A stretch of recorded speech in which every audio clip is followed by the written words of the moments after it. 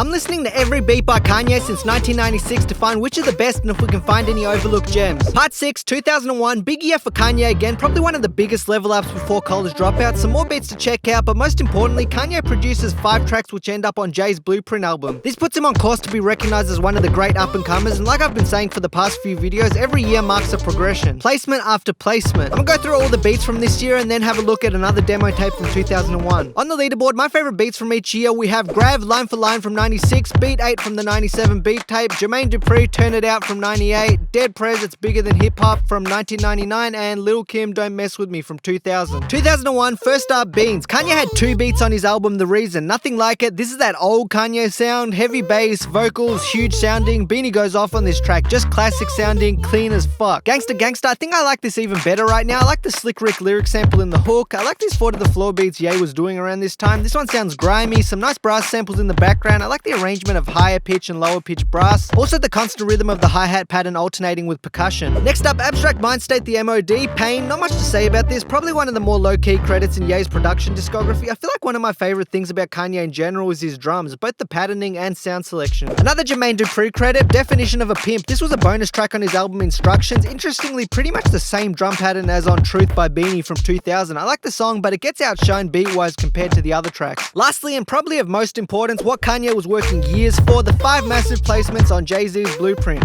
Girls, Girls, Girls, Part 2, absolutely gorgeous beat. The percussion and keys on this, the way the samples chop, the string parts, and the way this matches Jay's energy, I can go on and on. My favorite part of this track is the kick drum pattern in the chorus. Never change with Kanye on the hook. I find this more consistent. Still a great beat, more somber than Girls, though soulful. Pretty much all these Blueprint beats are classic. Heart of the City, Ain't No Love. My favorite part on this is the second chorus. I like the flute sample too. H to the Izzo. This is easily my favorite beat of this year. The percussion, key slides, strings, the kicks and bass sound so clean. I also like that the drums sound really prominent, but a lot of small sounds make up the overall melody. Finally, Takeover. Huge production credit for Ye to produce what would be one of the biggest diss tracks ever. I like the guitar samples, the bass underpinning the whole beat, the keys, crazy. Next, I wanted to make note of the 2001 demo tape, the prerequisite. There are a few more tapes before College Dropout. I'll focus on the unheard music on this because a lot of these are early versions of future songs. Home, Windy, pretty much an early version of Homecoming from Graduation. Gorgeous beat, Out of Your Mind, wow. The beat on this is simple, but I love this song. Need to Know, this one's catchy as. I love the melody on this. Gotta Pose, hard beat, Missy should have had this beat. Never Letting Go, the Stalker song. This could have been on College Dropout probably if it was worked on more. Dope track. Know the Game, sampling the love theme from The Godfather. Dream Come True, pretty much an All Falls Down demo. A far cry from All Falls Down, but this is still worth a listen. I Met Oprah, I like this one. And lastly, Heartbeat. Another step up from the last year overall, but my favorite from this year has got to be H to the Izzo, Jay-Z. Check out any previous years if you've missed them. Subscribe if you haven't so you don't miss future parts in this series. Also, check out my ranking series on Kanye, Brockhampton, or Tyler, as well as my series covering a whole range of artists.